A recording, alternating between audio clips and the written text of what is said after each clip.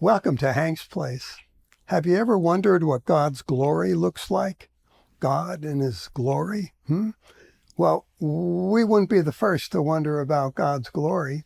Moses asked God to show him His glory in Exodus 33:18. And what was God's response? In verse 19, He said, I myself will make all my goodness pass before you and will proclaim the name of the Lord before you. And that's what God does. Hey, wait. Moses asked to see God's glory, but God shows Moses His goodness. As God tells Moses the next chapter that He, God, is compassionate and gracious, slow to anger, abounding in love and faithfulness. Well, was God pulling a switcheroo here with Moses? Moses asked, show me your glory. And in doing so, he was expressing a bold desire on his part to know God intimately, beyond superficial understanding.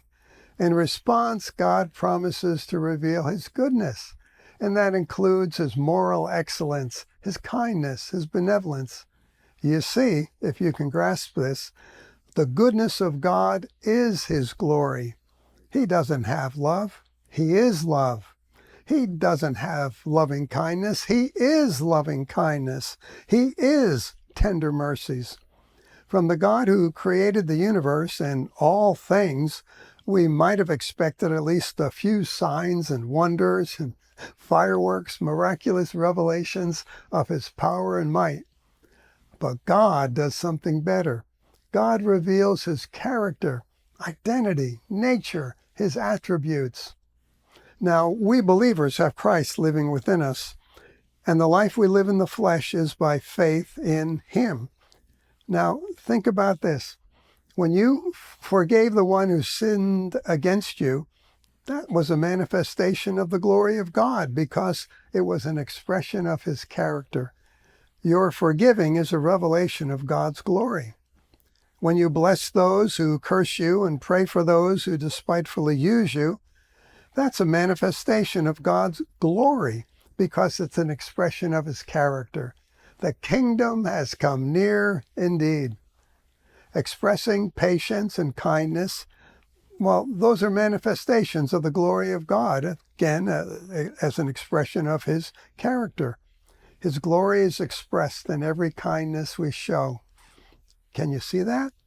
The everyday glory of God, which is an expression of His goodness and is not recognized as glory, it's just something, something we Christians are called to do, to be good to other people.